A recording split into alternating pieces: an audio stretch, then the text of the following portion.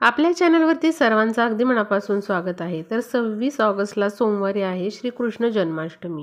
श्रीकृष्ण जन्माष्टमीला आपल्याला श्रीकृष्णाची सेवा ही करायची आहे। श्रीकृष्ण म्हणजेच भगवान विष्णूंचा अवतार आहे, त्यामुळे बघा या दिवशी आपल्याला विष्णूंचीच म्हणजे श्रीकृष्णाची सेवा आवर्जून करायची आहे। ज्या घरामध्ये विष्णूंची सेवा केली जाते, उपासना केली जाते, त्या घरामध्ये नेहमी माता लक्ष्मीचा अखंड वास असतो। जर तुम्हाला आर्थिक समस्या असतील, कर्जबाजारीपणा असेल किंवा एखाद्याला पैसे तुम्ही उसने दिलेले आहेत पण ते तुम्हाला पुन्हा मिळत नाही आहेत, अडकलेले पैसे आहेत किंवा तुम्हाला नोकरीमधून चांगले पैसे मिळत नाही आहेत, व्यवसायामध्ये व्यवस्थित पैसे मिळत नाही आहेत, तर तुम्ही आर्थिक परिस्थिती सुधारण्यासाठी, आर्थिक प्रगतीसाठी आवर्जून हे कृष्ण जन्माष्टमी दिवशी उपाय हे करायचे आहेत। भगवान विष्णूंची केलेली सेवा नेहमीच आपली आर्थिक प्रगती घडवून आणते, कारण बघा ज्या घरामध्ये भगवान विष्णूंची सेवा केली जाते तिथे माता लक्ष्मी ही नेहमी वास करत असते। भगवान विष्णूंना सोडून ती कुठेच जात नाही, त्यामुळे भगवान विष्णूंची सेवा आपल्याला करायची आहे। त्याचबरोबर आपल्याला श्रीकृष्णासमोर आवर्जून एक वस्तू ठेवायची आहे। ही वस्तू तुम्ही सोमवारी 26 ऑगस्टला श्रीकृष्ण जन्माष्टमी दिवशी आवर्जून श्रीकृष्णासमोर ठेवायची आहे। बघा ही वस्तू श्रीकृष्णाला अर्पण केल्यामुळे, ही वस्तू श्रीकृष्णासमोर ठेवल्यामुळे आपली आर्थिक भरभराट होते, आर्थिक प्रगती होते। जर तुमच्या घराची प्रगती थांबलेली असेल तर ती प्रगती होऊन आपल्या घरावरती माता लक्ष्मीची अखंड कृपा राहते। तर बघूया आपण कृष्ण जन्माष्टमी दिवशी आपल्याला कुठला प्रभावी मंत्र म्हणायचा आहे, जो मंत्र आपल्या आयुष्याला खूप चांगली कलाटणी देतो, आपल्या आयुष्यामध्ये खूप चांगले बदल घडवून आणतो, असा हा मंत्र म्हणायचा आहे। त्याचबरोबर अजून आपल्याला एक स्तोत्र देखील म्हणायचं आहे, ते मी तुम्हाला सांगणार आहे। बघा या एक 2-3च सेवा आहेत, त्या तुम्ही न विसरता करा। स्त्री पुरुष कोणीही हा उपाय करू शकतात। ज्या मी सांगणाऱ्या सेवा किंवा उपाय आहेत तर ते आवर्जून सर्वांनी करा। घरातील महिलेने जर केलं तर खूप उत्तम, महिलांना करणं शक्य नसेल तर घरातील पुरुषांनी आपल्या घरासाठी हे उपाय केले तरीही चालेल। तर बघूयात आपण की श्रीकृष्ण जन्माष्टमी दिवशी कुठला मंत्र म्हणायचा आहे, कुठली वस्तू श्रीकृष्णासमोर आवर्जून ठेवायची आहे। त्यापूर्वी बघा मी तुम्हाला सांगेल, श्रीकृष्ण जन्माष्टमी दिवशी आवर्जून श्रीकृष्णाची मूर्ती सगळ्यांच्या घरात असतेच, नसेल तर ती तुम्ही घेऊन या आणि श्रीकृष्णाच्या मूर्तीला दुधाने पाण्याने अभिषेक हा घालायचा आहे। दुधामध्ये पाण्यामध्ये तुम्ही चिमूटभर हळद मिसळून असा हा अभिषेक श्रीकृष्णाच्या मूर्तीला तुम्ही घालू शकता। तर अशा प्रकारे आपल्याला हा श्रीकृष्णाचा अभिषेक करून घ्यायचा आहे, श्रीकृष्णाची पूजा करून घ्यायची आहे आणि अशा प्रकारे आपल्याला या दिवशी म्हणजे श्रीकृष्ण जन्माष्टमी दिवशी श्रीकृष्णाची सेवा ही करायची आहे। त्याचबरोबर बघा आता आपल्याला काय करायचं आहे, तुळशीची पानं घ्यायची आहेत। 21 तुळशीची पानं आपल्याला लागणार आहेत।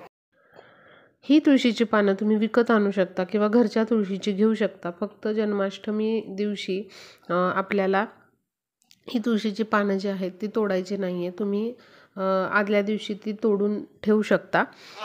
तर आपल्याला बघा हा जो उपाय आहे तो तुम्ही अगदी पहाटे ब्रह्ममुहूर्तावर केला तरी चालेल किंवा संध्याकाळी केला तरी चालेल, फक्त तुळशीची पानं आपल्याला संध्याकाळनंतर तोडायची नाही आहे। आता बघा आपल्याला काय करायचं आहे, कृष्ण जन्माष्टमी दिवशी कृष्णाच्या मूर्तीची पूजा करून घ्यायची आहे। आधी सांगितल्याप्रमाणे दुधाने पाण्याने अभिषेक करून घ्यायचा आहे।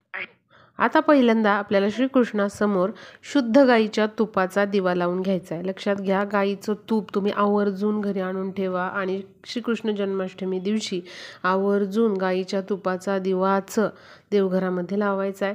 गाईच्या तुपाचा दिवा लावल्यानंतर त्यामध्ये एक कापराची वडी टाका, भीमसेनी असेल तर फार उत्तम, नसेल तर कुठलाही कापराची एक वडी टाका त्यामध्ये आणि चिमूटभर हळद टाका आणि अशा प्रकारे असा गाईच्या तुपाचा दिवा आवर्जून लावायचा आहे। आता बघा 21 आपल्याला तुळशी पानं ही घ्यायची आहेत। आता ही पानं स्वच्छ धुवून घ्या, एक पान घ्या आणि ओम क्लीम कृष्णाय नमः हा मंत्र म्हणायचा आहे। पुन्हा दुसरं पान घ्यायचं आहे आणि पुन्हा ओम क्लीम कृष्णाय नमः हा मंत्र म्हणायचा आहे आणि ते पान पुन्हा श्रीकृष्णाला अर्पण करायचं आहे। त्याच्या पायाशी असं 21 पान घेऊन म्हणजेच 21 पानं जी घेतलेली आहेत तर ती प्रत्येक पान घेताना हा मंत्र म्हणायचा आणि प्रत्येक पान ते अर्पण करायचं आहे.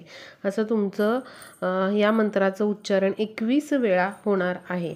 आता बघा, हा मंत्र म्हणून झाल्यानंतर आपल्याला 1 वेळा व्यंकटेश स्तोत्र म्हणायचं आहे. व्यंकटेश स्तोत्र तुम्ही संस्कृतात म्हणा किंवा मराठीत म्हणा तरीही चालेल. येत नसेल तर यूट्यूबवरती लावून द्या आणि ते तुम्ही ऐकायचं आहे. तेव्हा तुम्ही हात जोडायचे आहेत. आता हे झाल्यानंतर हात जोडून तुमची इच्छा जी काय आहे ती तुम्हाला श्रीकृष्णाला, भगवान विष्णूंना बोलून दाखवायची आहे. तुमची आर्थिक भरभराट होण्यासाठी तुम्हाला प्रार्थना करायची आहे. माता लक्ष्मीने अखंड वास आमच्या घरामध्ये करावा अशी प्रार्थना करायची आहे. आणि जी काही इच्छा तुम्ही मनात धरलेली आहे ती तुम्हाला बोलून दाखवायची आहे. ज्यासाठी तुम्ही हा उपाय करत आहात ते तुम्हाला तिथे बोलून दाखवायचे आहे. आणि लवकरात लवकर माझी इच्छा पूर्ण व्हावी, माझी भरभराट व्हावी अशी तुम्हाला प्रार्थना करायची आहे.